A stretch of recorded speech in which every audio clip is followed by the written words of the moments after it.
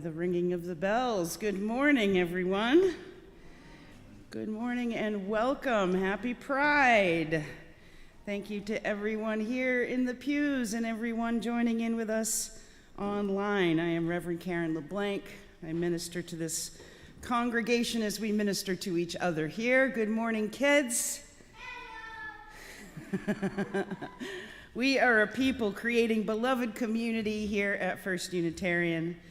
We believe in practicing and promoting the Unitarian Universalist values of justice, equity, transformation, pluralism, interdependence, and generosity in our congregation, and we believe those all stem from that love at the center that guides us all.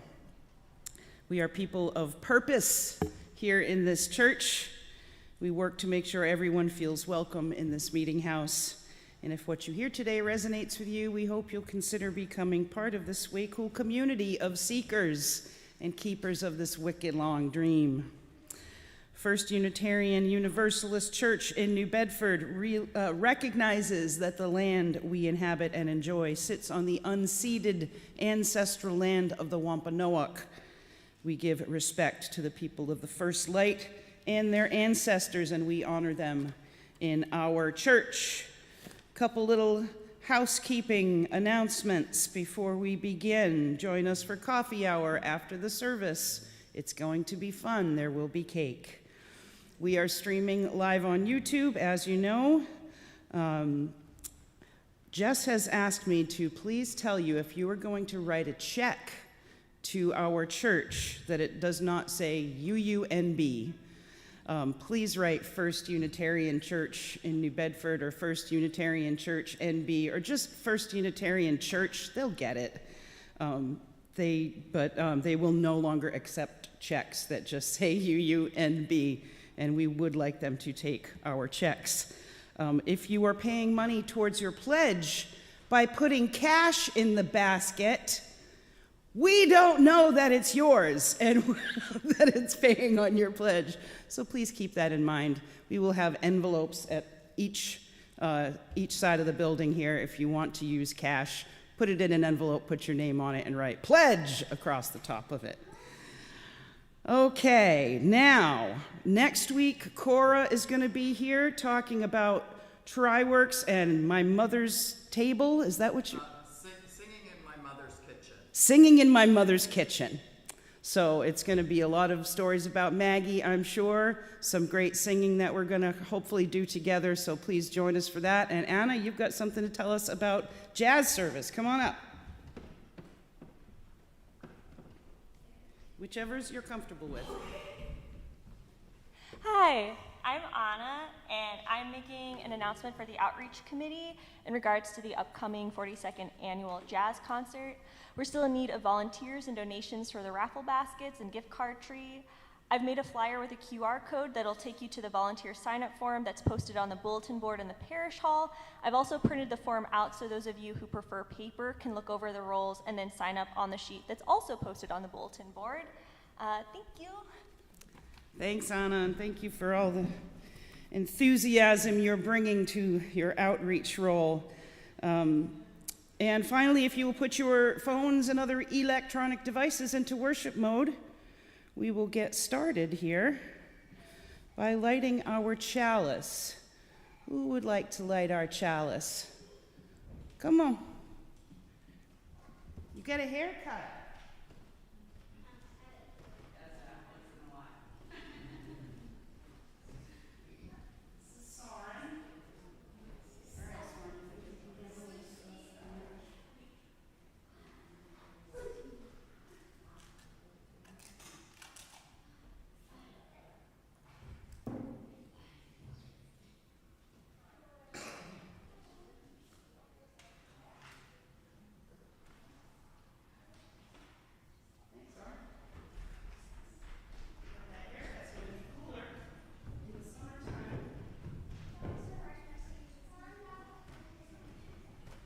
Glad it was a kid who lit our chalice today, because I want to light our chalice today to celebrate Yasmin Flay Vincent, who has been a bright light in this church as our DRE for 14 years.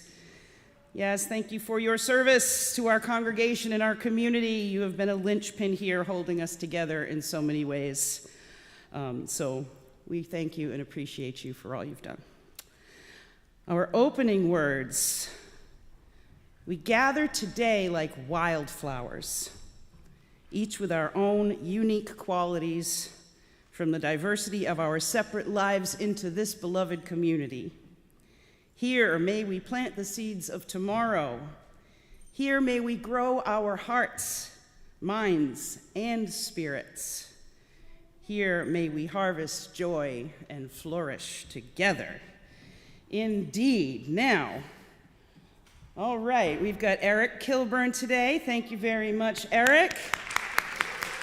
As you know, Randy is off for the summer, so let us sing together hymn number 305 De Colores. I know we did this a few weeks ago, but it's such a, between pride and flowers, I think we should sing it again. All right.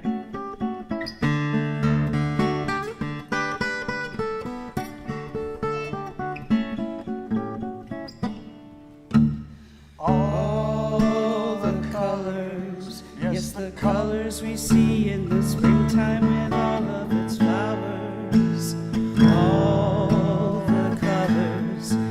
Sunlight shines out through those rifts in the cloud and it showers, all the colors, as a rainbow appears when a storm cloud is touched by the sun. All the colors abound for the whole world around it, everyone under the sun.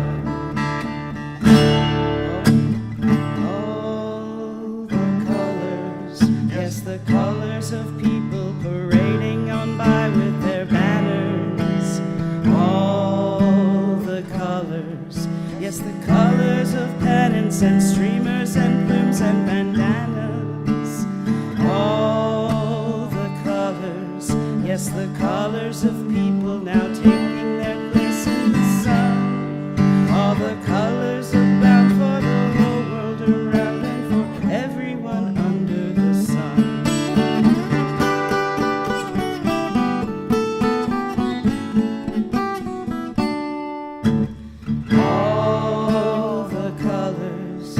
The black and the white and the red and the brown and the yellow, all the colors of people who smile and shake hands and say hello, all the colors, yes, the colors of people that know that their freedom is won, all the colors abound for the whole world around, for everyone under the sun.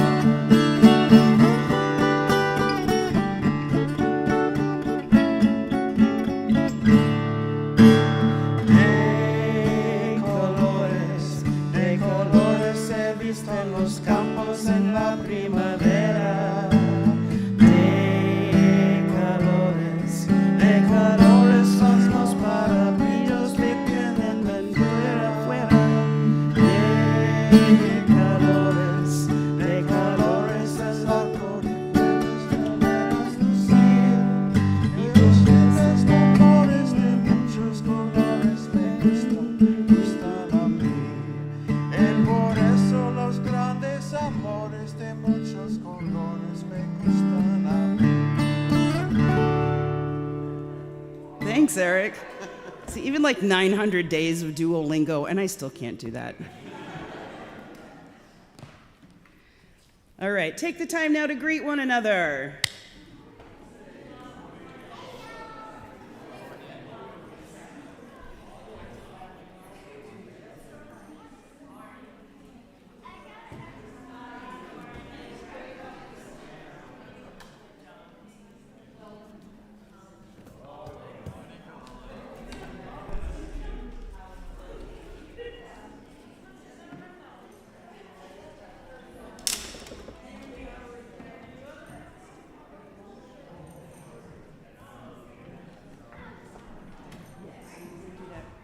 right after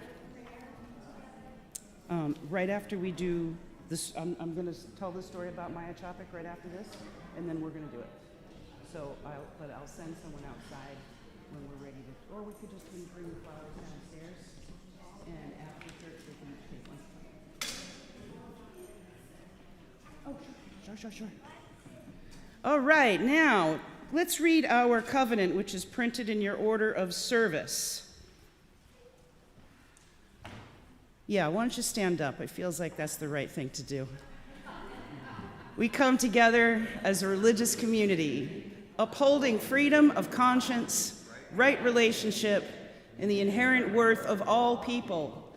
We value our diversity and pledge to care for one another in the spirit of compassion, to speak and listen to each other with respect, and to promote justice and kindness in the world. All right, sit down. I got a story for you today, because we're doing our flower communion, and if you don't have a flower, there's some at the front and at the back. Maybe Charlie and Mari, or David, go around and just make sure everyone's got a flower while I tell you this story. So this is the story of flower communion, and it began in Prague, Czechoslovakia in June of 1923 with a Unitarian minister named Norbert Capek. So the city of Prague was in turmoil as it tried to recover from World War I. The Czech people were embracing their newfound religious freedom and trying to rebuild their community. So Norbert saw that something needed to be done to bring people together in hard times. Something free and easy that everyone could take part in no matter who they were. So he saw the beauty of the flowers blooming in the spring as he walked from one place to another, and that inspired him to create one of the only rituals we Unitarian Universalists have that's just ours, and it's simple and beautiful and wonderful. So Norbert asked all the members of his congregation to bring a flower to church, and everyone would create a big bouquet. Everyone would appreciate the unique beauty of whatever was created when they were together, and then they would say a prayer and bless the flowers as a symbol of how, when we come together, we flourish.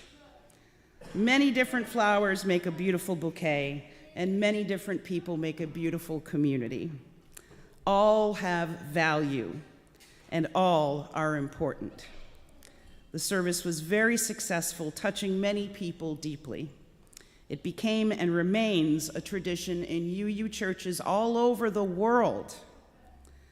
So the story has a little sad part. Hitler's troops began to occupy Prague in 1939, and by 1940, the Prague Unitarian Church was under the surveillance of the Gestapo, who were the Nazi police.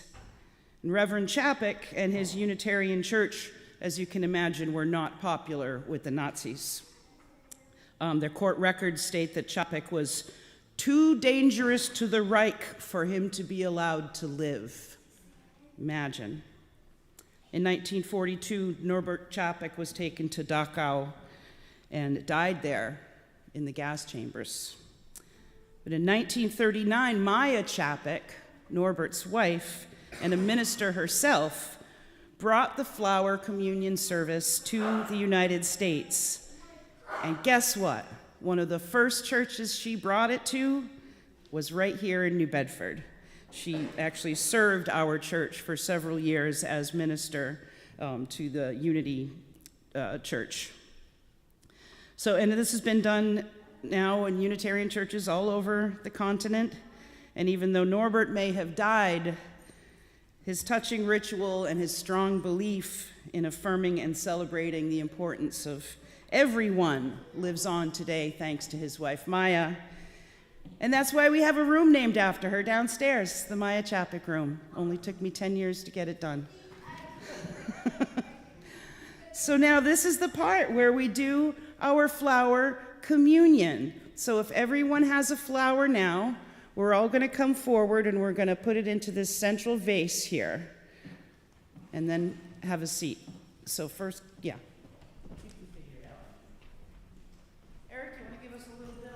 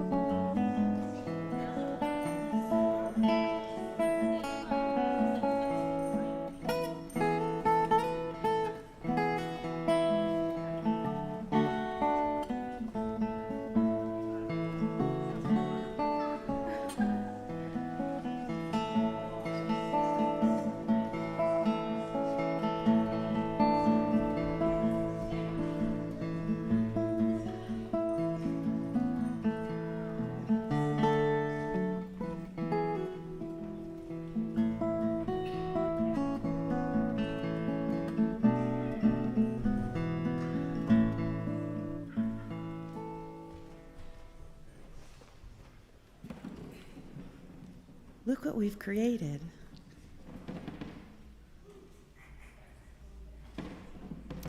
So let's read our responsive reading to consecrate these flowers here, which is also in your order of service.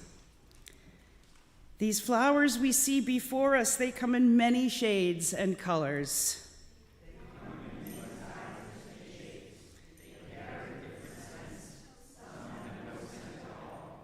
Yet all were created by the same miracle.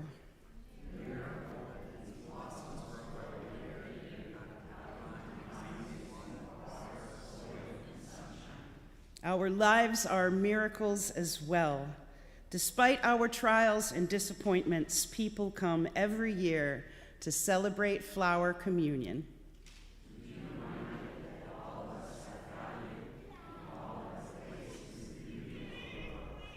To be reminded that where you came from is not as important as the fact that you are here now.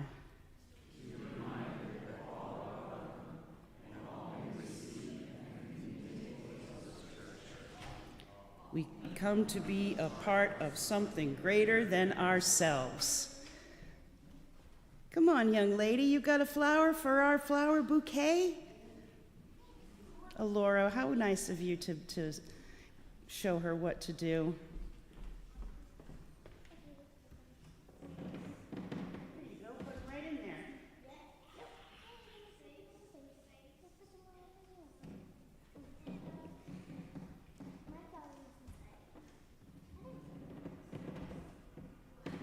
it? All right, I think the kids are going to go off and go to Sunday school now. Have fun. May words I say be kind and true. May love be a guide in all I do. May kindness sing within my heart. And may peace be with us while we're apart. All right, guys, have some fun. I need you guys to make a cool card for Yasmin, okay? That we'll all sign.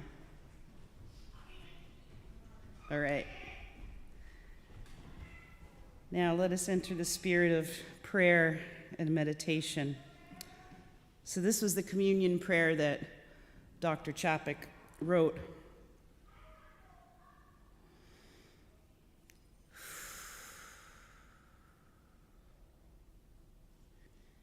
In the name of Providence, which implants in the seed the future of the tree, and in the hearts of men and women, the longing for people living in love. In the name of the highest, in whom we move and who makes the mother and father, the brother and sister what they are.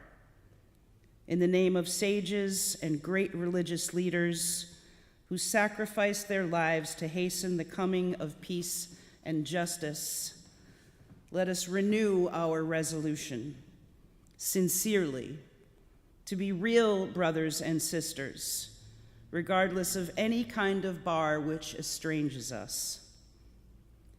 In this holy resolution, may we be strengthened, knowing that we are God's family, that one Spirit, the Spirit of love, unites us. And may we strive for a more perfect and more joyful life. Amen, and so may it be. We'll have a short moment of silence.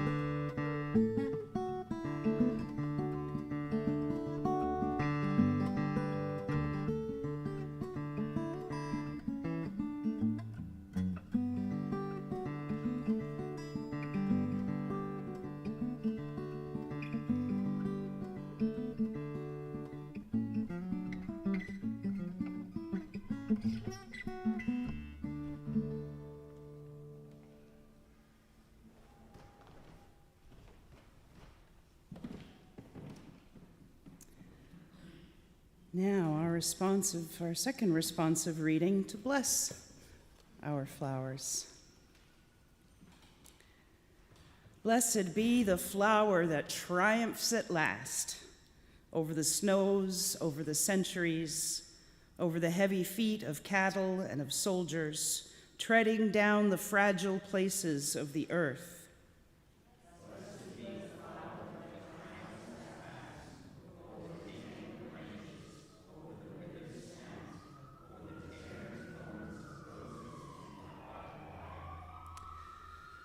Blessed be the flower that triumphs at last, even over the hand that gathers it, cuts it off from life, from roots, from the memory and taste of iron and tears in the soil.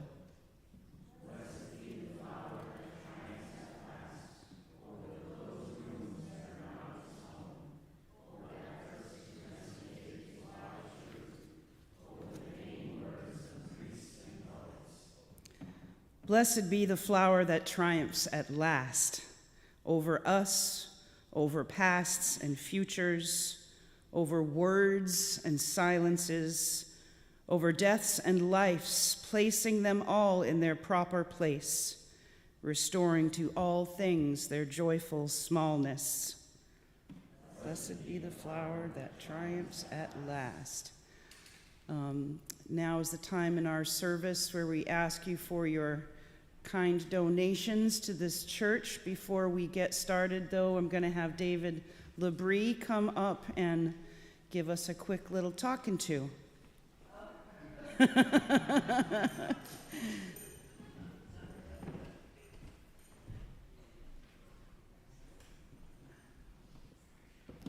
Thank you, Karen.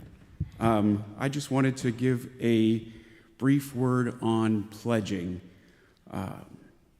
While all donations are wonderful and cherished, pledges provide extra benefits. For the church, they provide stability when planning our budgets and what we are safe to spend on the good works of this congregation. For you, they provide the ability to break up your donations into more manageable amounts throughout the year. I make my pledge payments monthly, for example. For the last 2 pledge seasons, the Pledge Committee has had the same goal and will likely be working towards that goal for the next few seasons as well. So don't be worried when you hear us say the same message next year. We would love for our pledges, donations, and other offerings to equal the cost of Sunday services. In the budget we all approved last month, we are already 80% of the way there. So anything you can give us is cherished, but anything you can commit to in advance as a pledge is blessed. Thank you.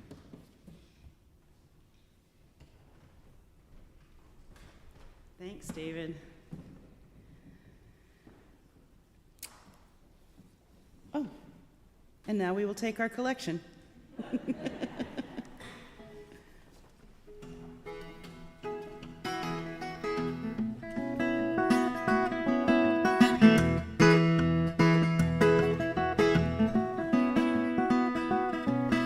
Sun's up, looks okay, the world survives into another day. I'm thinking about eternity, some kind of ecstasy got a hold on me.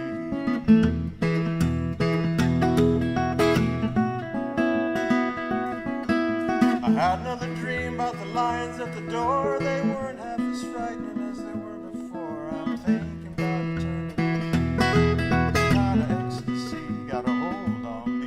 And I'm wondering where the lions are. I'm wondering where the lions are. I'm wondering where the lions are.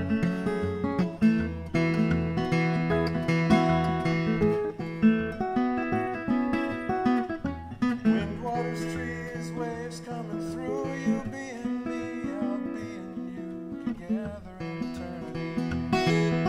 Some kind of ecstasy got a hold on me. Freighters on the knot on the surface of the bay. One of these days we're gonna sail away. We're gonna sail into eternity. Some kind of ecstasy got a hold on me. I'm wondering where the lions are. I'm wondering where the lions are. I'm wondering where the lions are.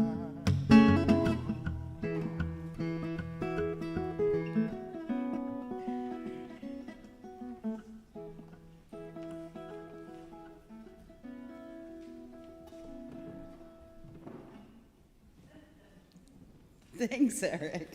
That was nice. Happy Pride! Woo! Our Soul Matters theme for this month is Flourishing Together.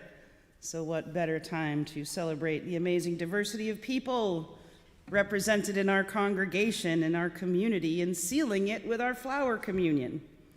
One of the few rituals, as I said, that we UUs get to call our own that brings everyone together.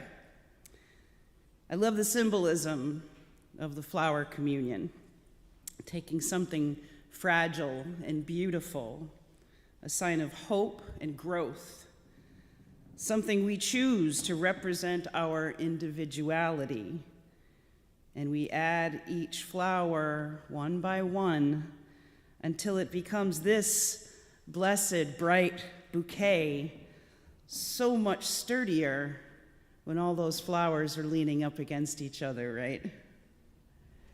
We appreciate the uniqueness of it, how one flower bows down and another pokes up higher than the others, and they all somehow come together in this random beauty to delight us.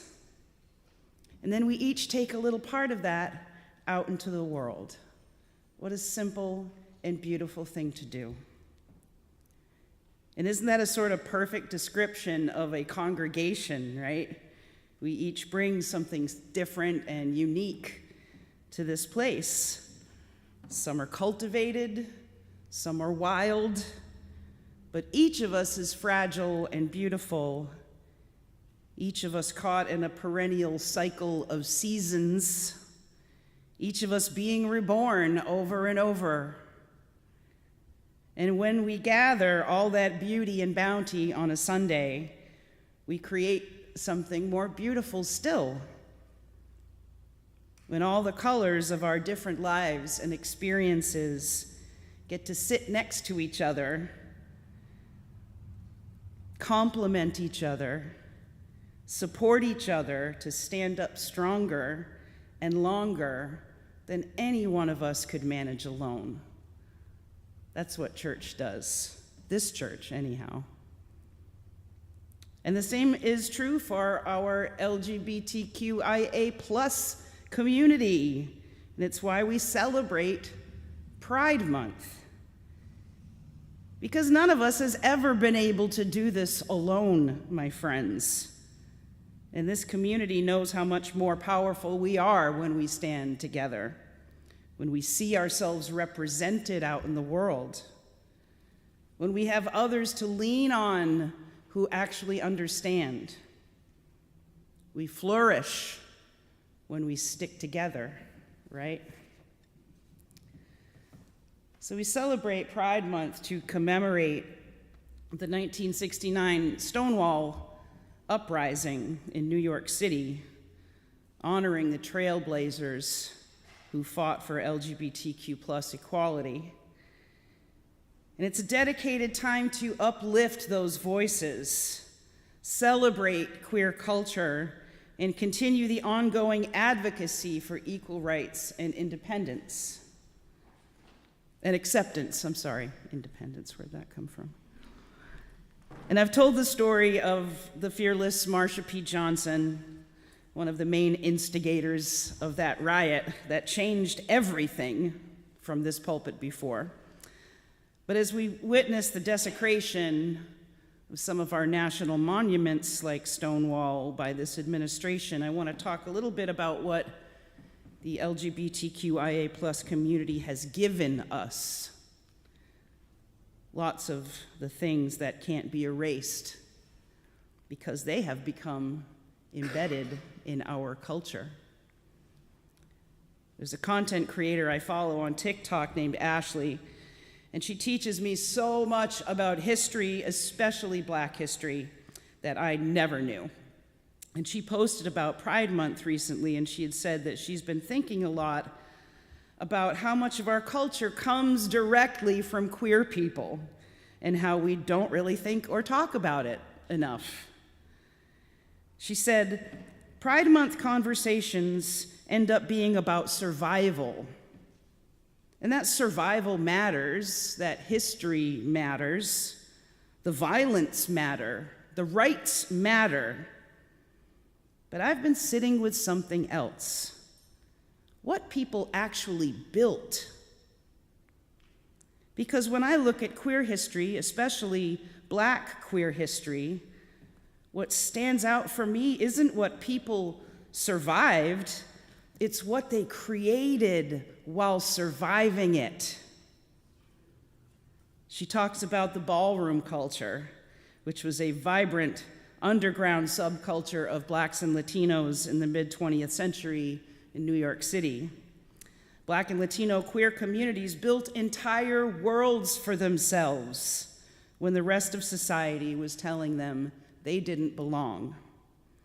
They created language, dance, community, family, not because it was trendy, but because they needed somewhere to exist. And then there's fashion, right? And as Ashley says, the receipts are everywhere on the fashion front. Tom Ford, Gianni Versace, Alexander McQueen, Marc Jacobs, some of the most influential designers of the last century were queer. Entire industries were shaped by people who were told they shouldn't exist openly. And music, come on, you can draw a line through American music and keep running right through queer artists over and over and over again. Tracy Chapman, Janelle Monáe, Lil Nas X. The list goes on and on and on, and it goes on from generation to generation to generation. People creating beauty anyway. And of course, the movie industry, when the AIDS epidemic struck in the 80s, Liz Taylor was fighting to raise money to help her friends that had medical bills that were crazy and for just awareness of this disease. And she was turned away by most of her friends who didn't want to be involved in such controversial things. Imagine telling Liz Taylor, nah. And she reminded them over and over again, look, people, we would not have this industry if it were not for our queer friends. What are we doing?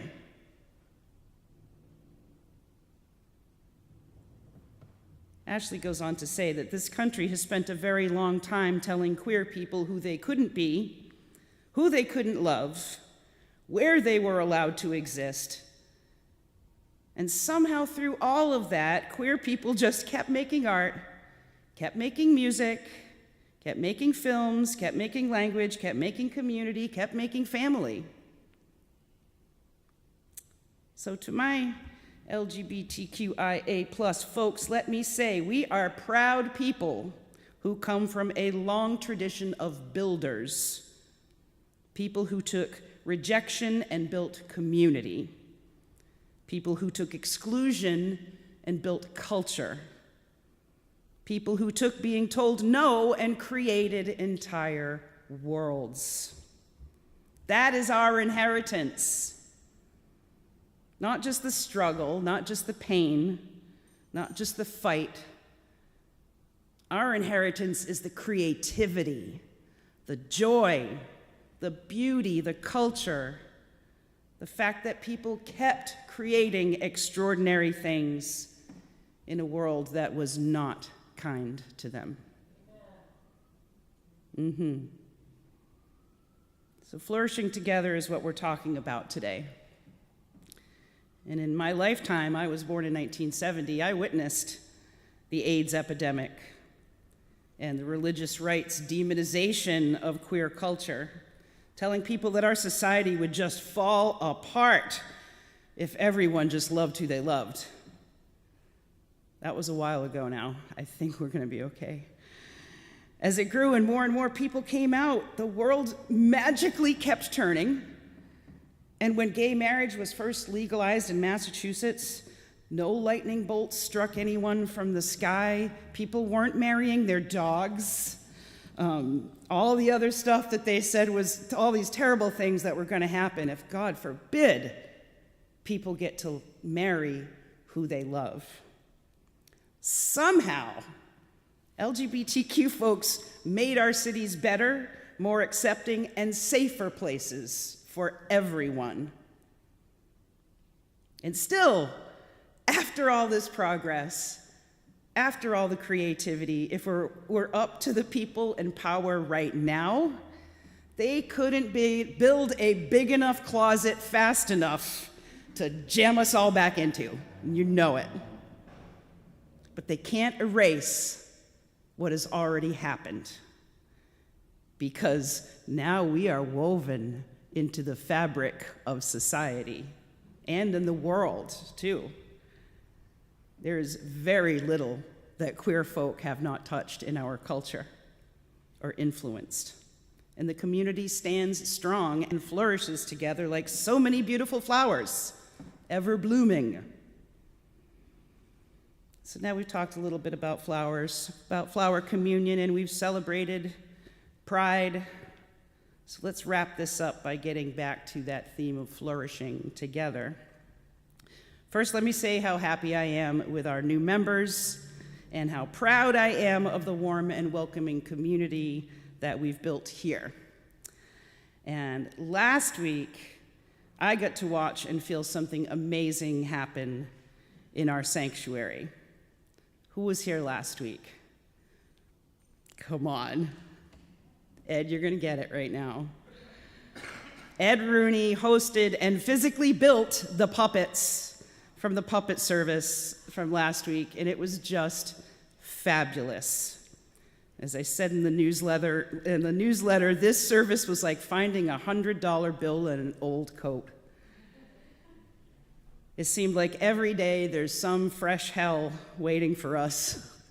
And when something as special and fun as that service comes along, well, I think it took us all to a place we really needed to be, a place of absolute, unabashed silliness and delight.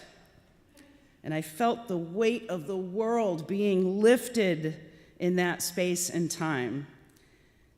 And tears fell for me just a little bit while I was watching the people's faces in the pews and feeling that spirit rise.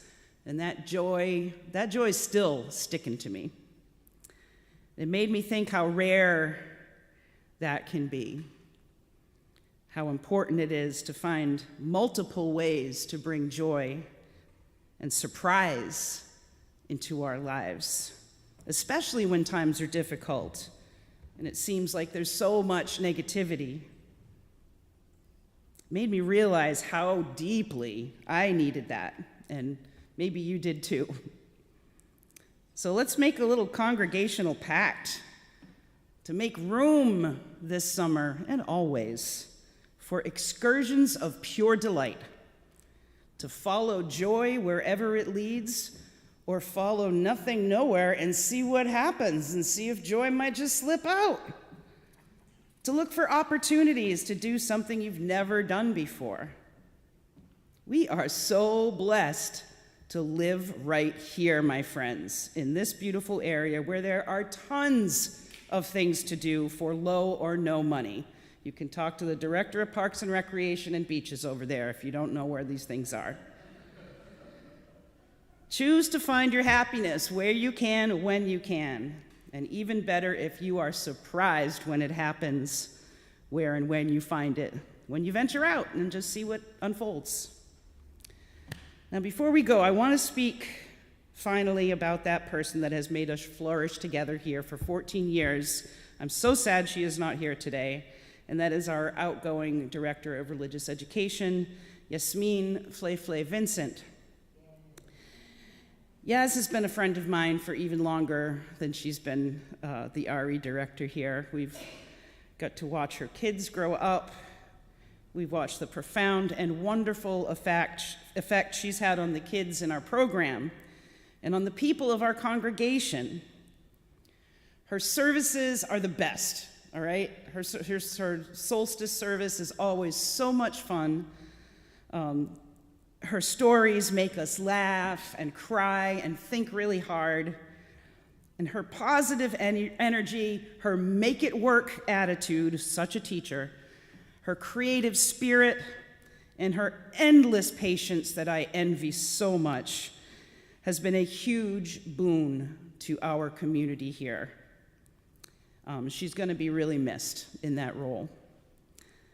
So last week was Yasmin's last week as our DRE, and I feel like a total putz because I was over there doing computer stuff and puppets, look, a squirrel. And it just went right out my head that last week was her last week, so I feel like a jerk for not making a huge deal last week, and I really thought she was gonna be here this week. So there is cake. And it's, you don't let cake sit for a week. So we will be eating the cake. Yes, thank you so much for all you have done for us to make this church flourish. We love you and we will miss you. And like I said, cake, so let's wrap this up. And what I would like to do, though, is make another bouquet. So when we leave, we're all going to take one of these flowers and take it home with us but I'm gonna bring the rest of the flowers downstairs, and we're each gonna put in a different flower and make a special bouquet for Yasmin that I will drop off with some of her cake. All right then, so may it be. Now, let us sing our closing hymn, one of our favorite hymns, which has become a UUNB hymn here, the Rainbow Connection. It is printed in your order of service, so please stand if you are willing and able. And sing out. Why are there so many songs about rainbows? What's on the other side? Rainbows are visions, but only illusions. Rainbows have nothing to hide. So I've been told, and some choose to believe it. I know they're wrong, wait and see. Someday we'll find it, the rainbow connection, the lovers, the dreamers, and me.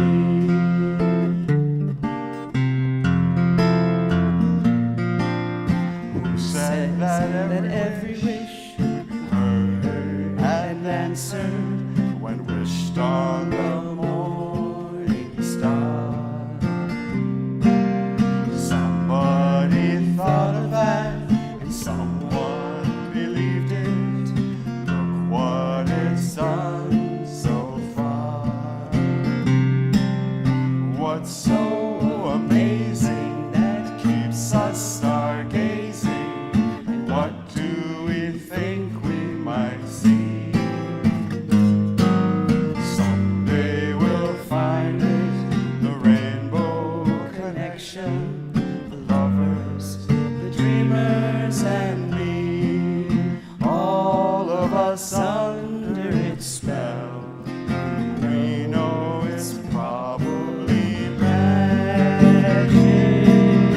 Have you been half asleep? And have you heard voices? I've heard them calling my name. Is this the sweet sound that calls the young sailors? That voice might be one and the same. I've heard it too many times to ignore it. It's something that I'm supposed to be. Someday we'll find it, the rainbow connection, the lovers, the dreamers, and me. Someday we'll find it, the rainbow connection, the lovers, the dreamers, and me. Da da da da da da da. Da da da da da.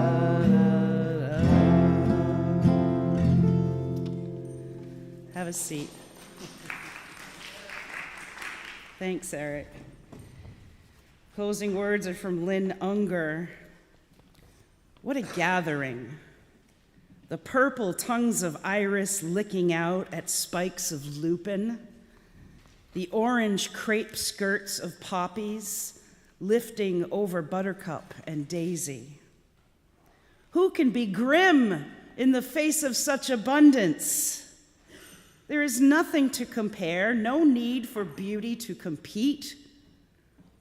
The voluptuous rhododendron and the plain grass are equally filled with themselves, equally declare the miracles of color and form. This is what community looks like.